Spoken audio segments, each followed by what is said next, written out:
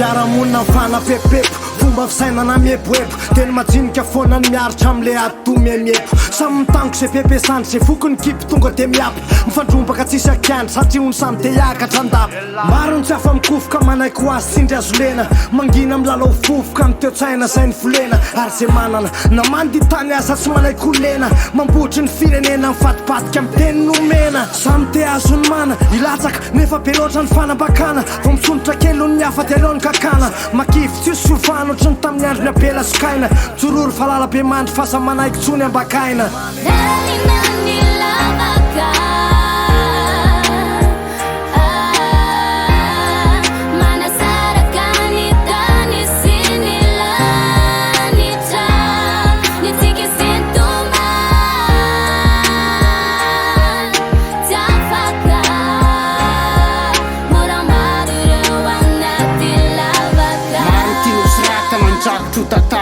tsy mety voafafa ary tsy maintsy ambara mampametra-panontaniana mila valiny fa tsy hijanona ho baraingo mila fanitsina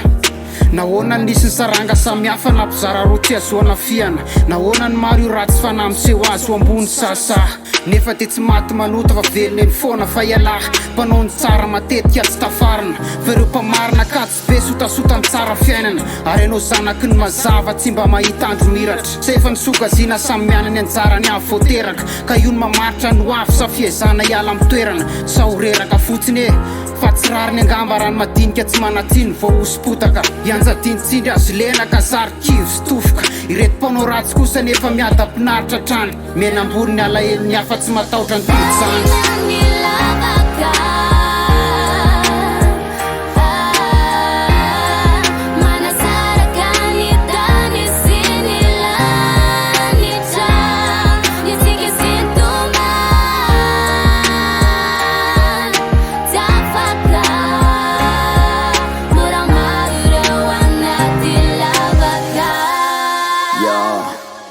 ndrendrika tsy misy mpanangana maratra tsy misy mpanarina indrisakehitriny mitady tambony mpanolo tanana ny maminy tsy hotazany izantsony ao anatin'ny ngitiny mapala ela nefa ny fahasambarana no antenay ny tiserana naisitra ny feriny saigny ty zany zava-misy fa izay miantsoantso mafy eo indray no kapainy tsy voafetry ny fahendreny zantsony ny teniny mikely am-pelatanana ho aza ho alainy ho voatsindry ny fiainana izay azo boboka fa aza miatetra amin'ny hafa tazony tsara ny anao fanontany tsy alana tomany zany